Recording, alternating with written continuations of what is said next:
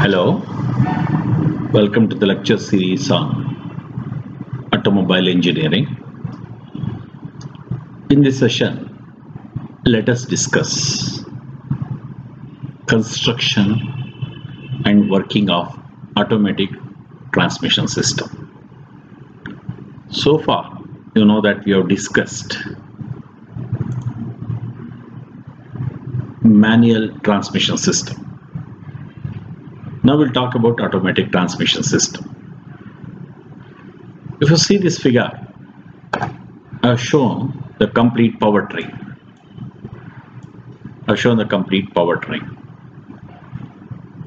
So in this powertrain, if I just take out this part, that is the engine or the power plant part of it, then this becomes the drive line.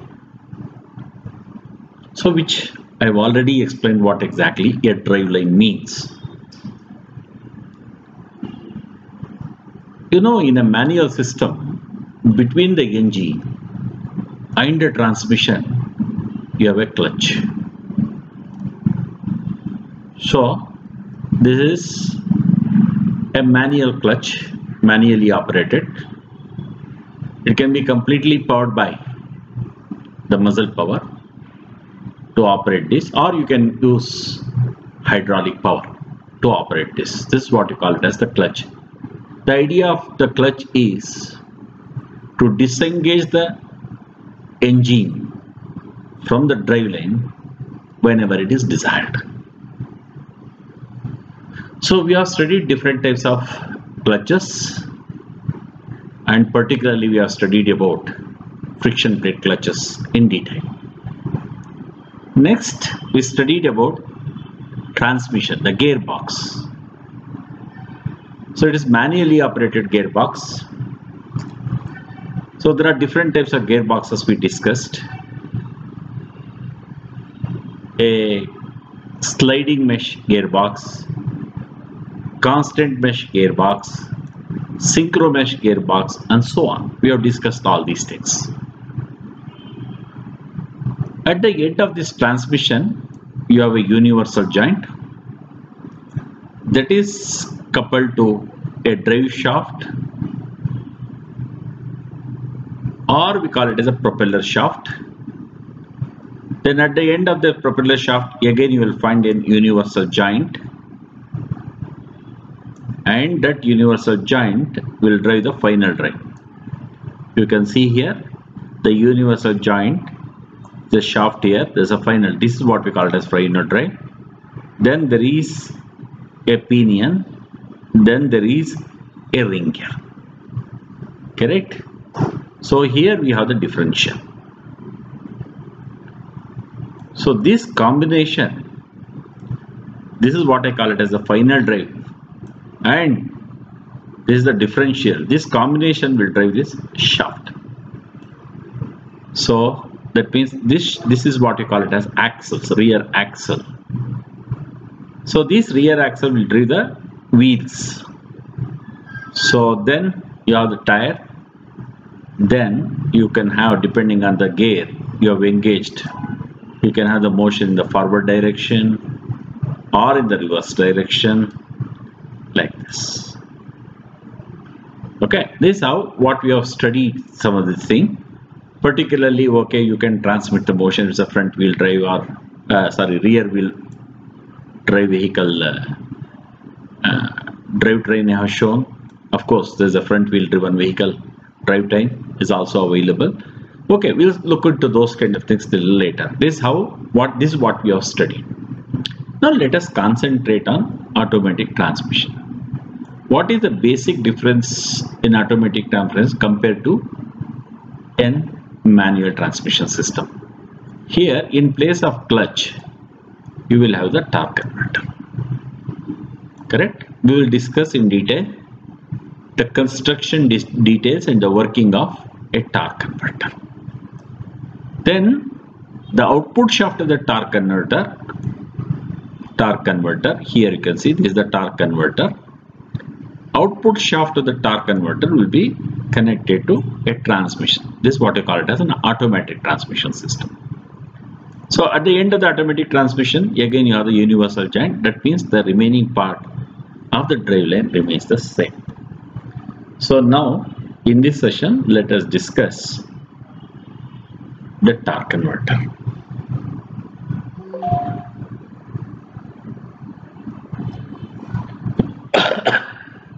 So first let me differentiate between fluid coupling and a torque converter. Suppose in mechanical engineering there are two shafts, let us say. This I call it as a driving shaft. Another shaft, let me call it as a driven shaft. Driven shaft. Okay? Right. How do we transfer the motion from this driving shaft to driven shaft? One way is to couple these two. I can use flanges, then I can couple. Then flange coupling you call it. This is a solid coupling.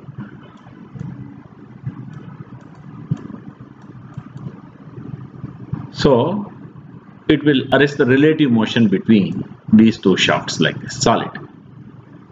I can also couple these two shafts using fluid means.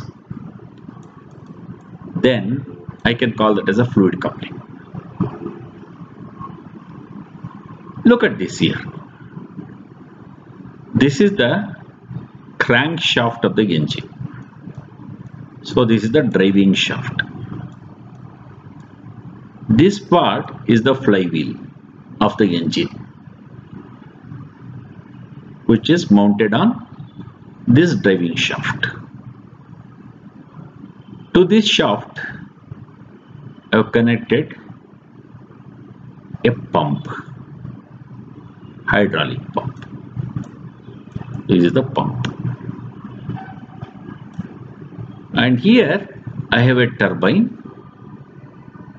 This turbine I have mounted on another shaft, that is the driven shaft.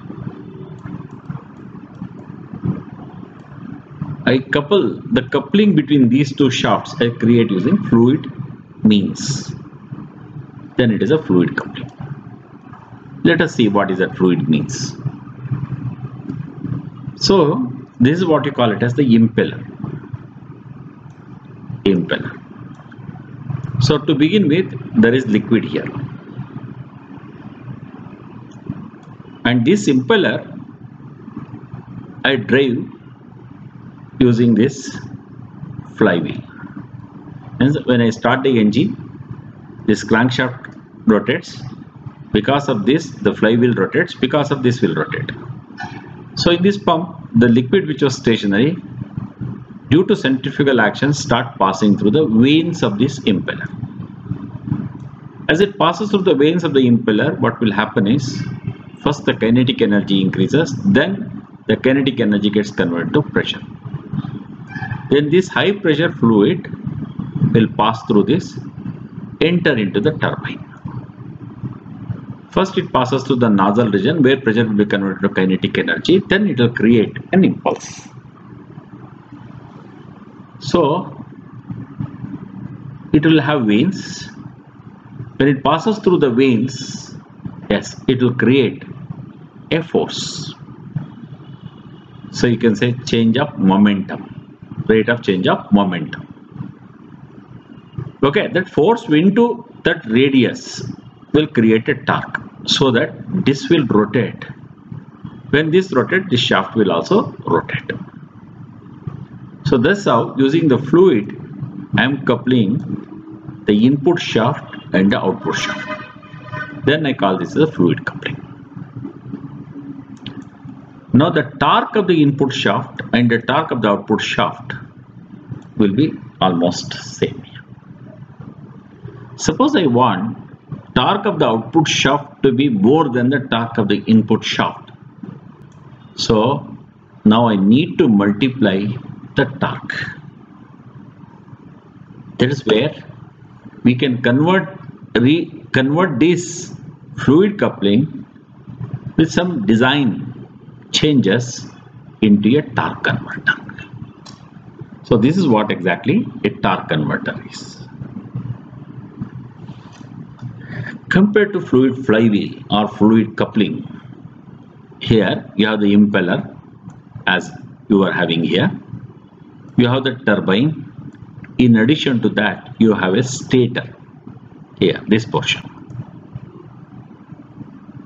So what it does is, as I told you, this is driven by the flywheel. Then the fluid passes through the vanes. Its kinetic energy, then its pressure increases. Then it expands in the turbine. Okay. Then using the stator, I can change the direction of the exit stream of the fluid. By doing that, it is possible to increase the force. Means by increasing the rate of change of momentum, I can increase the force, and that force into radius will give you the torque. So I can see that the output torque is greater than the input torque. So it all basically happens because the stator changing the direction of the fluid which is exiting from the vanes of the turbine. Correct? Changes the angle, changes the whirl component, and because of that it has force increases. Then it directs the fluid onto the pump vanes. So because of this, the torque of the output shaft we can have higher than the torque of the input shaft. That's why it's called torque converter or torque multiplier like this. Basically you can see you will have that impeller, whatever I said, it is this one, and this is the turbine, and this is what you can call it as a stator. Okay, because this is the cover that is shown. This is how it physically looks like. Correct. So instead of clutch, we use a torque converter in automatic transmission system. Let us study this in little more detail. As I mentioned, this is the pump or impeller. This is the turbine. Then you have the stator. So once this is driven by the flywheel, the fluid enters into the vanes. As it passes through the vanes, the fluid comes out of this with high pressure. This fluid will enter into this nozzle region, expands, comes out. Correct. Then this enters into this region. You can see here that is taking a direction like this, and then enters into this fluid, and again it rises, passes through this impeller. Now if you take a vane if you take,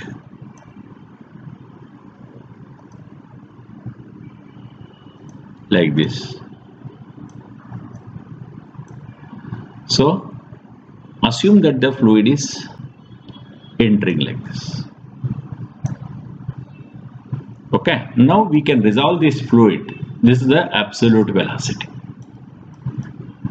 You can resolve this into two components. One, a tangential component, and another one, an axial component.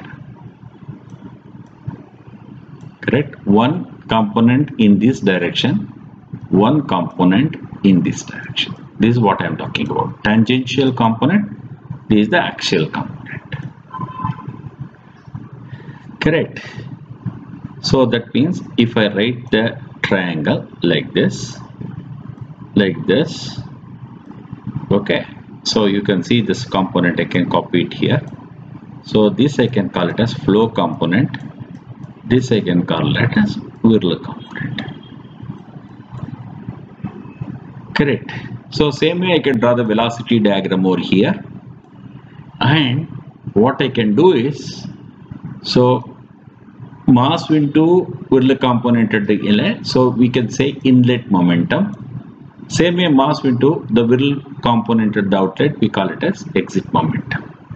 The difference, change in rate of change of momentum. So this is in the opposite direction, so minus of minus will become plus. So here using this device, I can see that the whirl component is larger. Correct. so that I can multiply this torque. Okay, once again, I can change the velocity triangle here. I can definitely increase the v omega 2 value. See, difference in momentum minus comes. This direction is opposite of this. That's why minus of minus, it will become plus. So, mass flow rate into difference in velocity. That is what we call it as. So, rate of change of momentum is nothing but force. Now, you can consider the force in mean direction, mean point, and that force into this radius. Suppose this is the turbine. This is the mean point. Let us say this is the force. Let us consider the mean point. This is the center point. This gives you the radius R, and this force into radius will give you the torque. So, torque. Okay, that's what we call it. That's why we call it as a torque converter. Okay, this is how the torque conversion happens, like this. So I'll play a video after this. Probably you will understand much better. Now let us say this is the output shaft. Now this is the input shaft. This is the torque out. This is the torque in. And this ratio we call it as a torque ratio TR. Correct? Angular velocity of output shaft, angular velocity of input shaft, that is 2 pi n. 2 pi n like this. You are getting the speed ratio. Then you can define K factor here, Wn by root of Tn, like that. K advisor K factor for the output we can define like this. Let us draw the characteristics now. On the y-axis I have, say, torque ratio. X-axis I have speed ratio. When the speed ratio is 0, torque ratio is 2.5. So that means what is that? How we can achieve this? Say speed ratio here, the pump impeller is rotating. I hold the turbine like this. How I can do that? I can apply the brake. If I don't allow the drive shaft to rotate, then the turbine cannot rotate.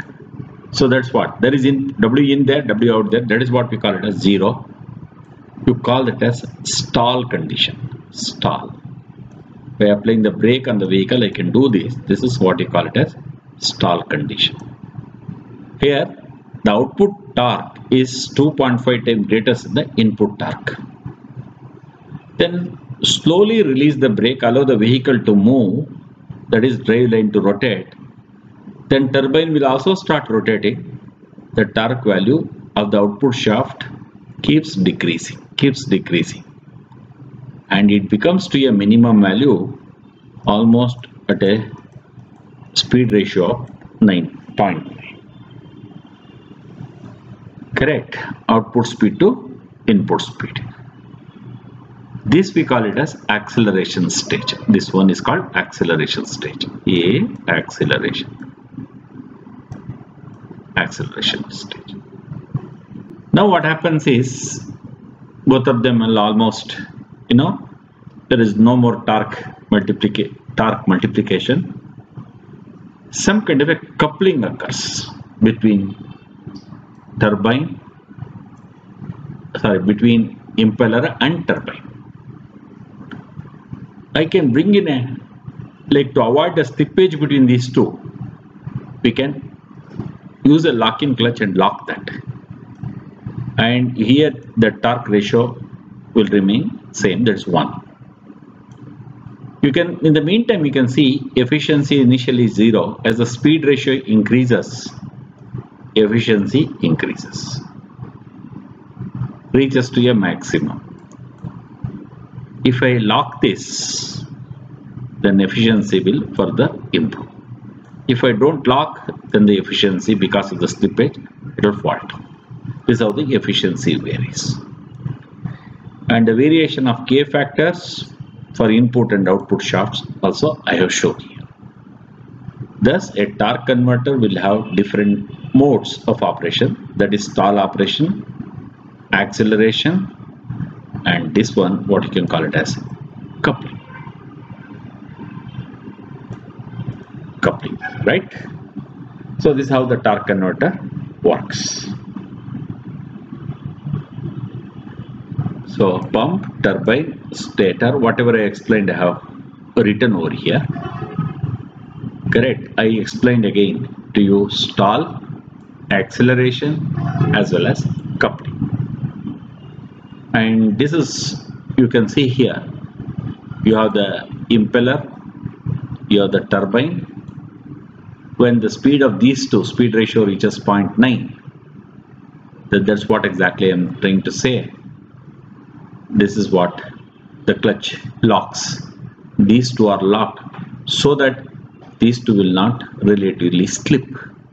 So this is what we call it as lock-up clutch. When the speed of the turbine reaches 90% at the speed of the impeller, then this automatically kicks in and it locks like this, so that there will not be slippage between these two things. Okay, this is what we call it as a lock-up clutch. So now how exactly a torque converter works? So I have given the link here, video link, YouTube video link. Click on this and you will know how exactly a torque converter works. Okay, so with this now we'll stop the discussion on torque converter, and we will take up the automatic working of automatic transmission system in the next session. Till then, thank you.